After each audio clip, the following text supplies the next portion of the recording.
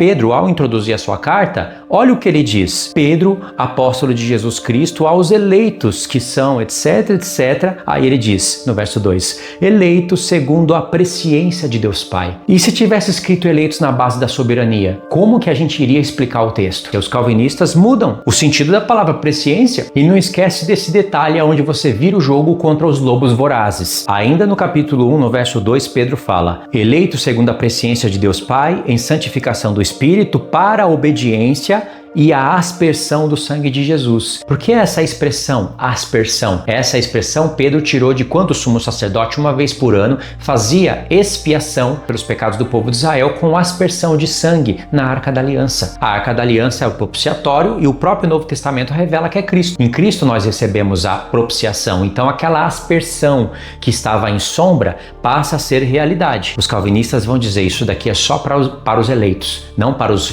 perdedores que Deus não quis salvar.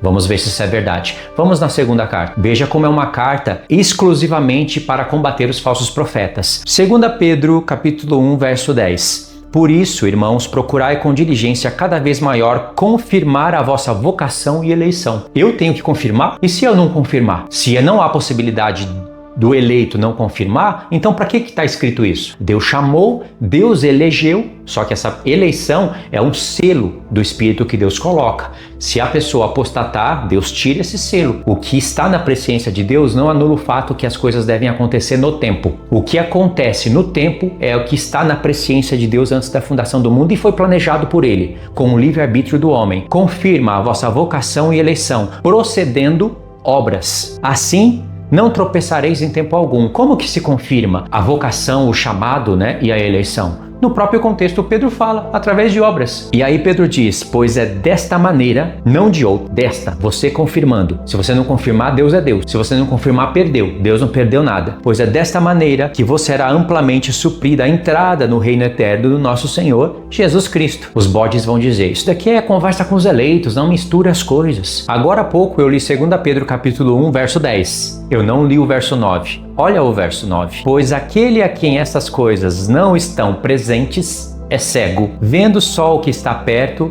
esquecido da purificação dos seus pecados. A purificação só pode ser feita na cruz. Ou seja, Jesus purificou essas pessoas. Está falando com os eleitos ou não? Os eleitos podem perder a salvação ou não? Claro que aqui são os eleitos que não confirmam a sua eleição, então eles perdem o seu chamado. Mas Deus quis, eles que não quiseram, não se tornaram eleitos vencedores. E tudo isso já estava conjugado, previsto, arquitetado por Deus antes da fundação do mundo.